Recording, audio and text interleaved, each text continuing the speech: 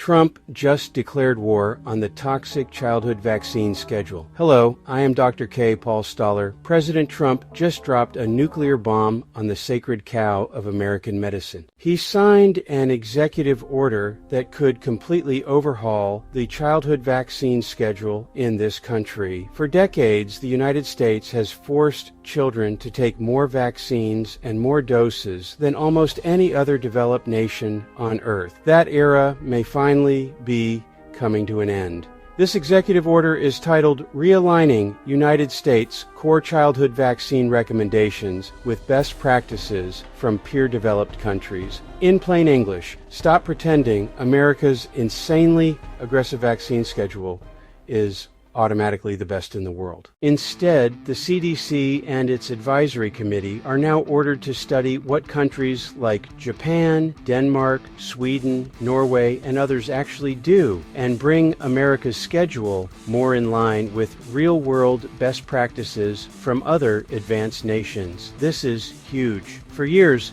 parents who dared to ask questions were smeared, censored, and called dangerous. Meanwhile, American children have been subjected to one of the heaviest vaccine schedules on the planet, dozens of doses before kindergarten. Many other developed countries spread them out, give fewer doses, or skip certain vaccines entirely. This order finally acknowledges what millions of parents have been screaming for years. Maybe we should slow down, look at the actual data, and stop experimenting on our kids like they're lab rats.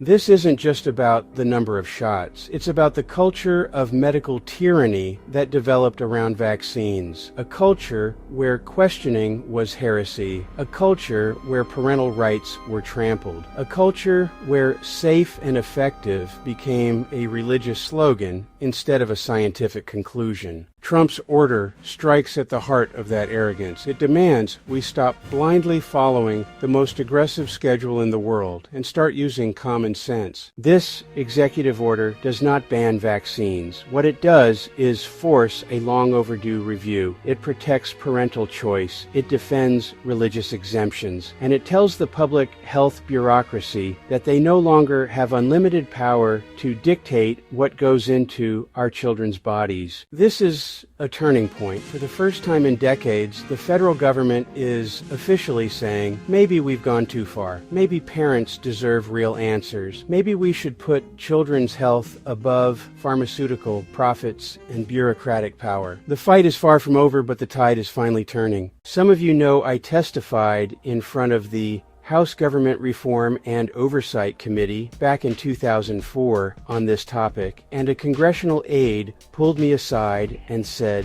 everyone in the upper echelons of government who wants to know whether vaccines cause autism already knows, but they will never do anything about it. I left Washington, D.C. thinking we were just going to have to wait till 2035 when over half the boys had autism, and then maybe something would be done. So maybe we won't have to wait before something changes. If you support this move towards sanity and parental rights, comment freedom below right now. Share this video with every parent, grandparent, and concerned citizen you know. This affects your children and your grandchildren. Subscribe and turn on notifications. We're going to keep covering these critical fights as they unfold. The era of blind compliance is ending. Stay strong.